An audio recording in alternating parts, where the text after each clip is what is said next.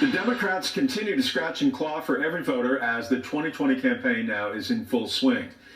Joe Biden is still the front runner despite new concerns about his gaffes, which are many on the trail. Joining me right now is Ron Hart, the syndicated columnist and humorist and man in full, as always, about our community.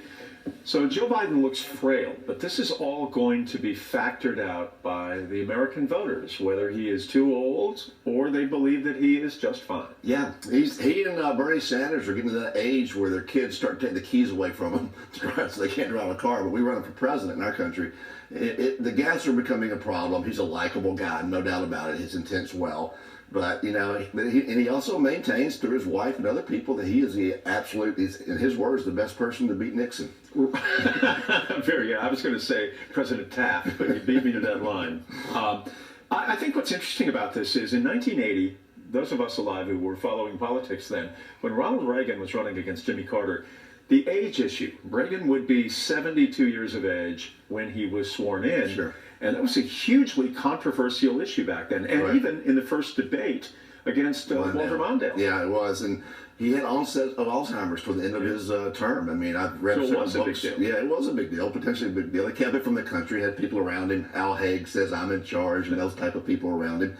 It's a little scary. We have to be realistic about this. It's a young person's game, this presidency.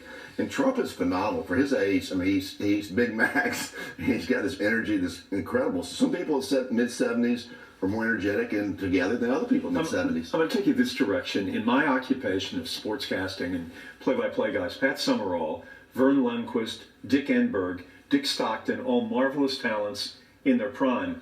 By the time they got in their later years, man, those guys were unlistenable. I mean, the mistakes that they made were terrible. The dumb things that they were saying, the embarrassing things, they were hard to listen to. They were really, quite frankly, they had been diminished to the point where they were unlistenable. Yeah, I think Biden's getting that way.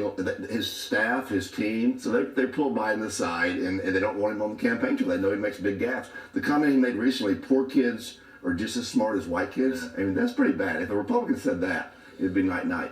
Gaff time. Yeah, it's pretty bad. I mean, it means, well, he's a likable guy. Is he our president next time? I don't know. It's going to be a tough task to beat Trump if the economy stays the way it is. American voters certainly will hash it all out. Thank you, Ron Hart. Thank you.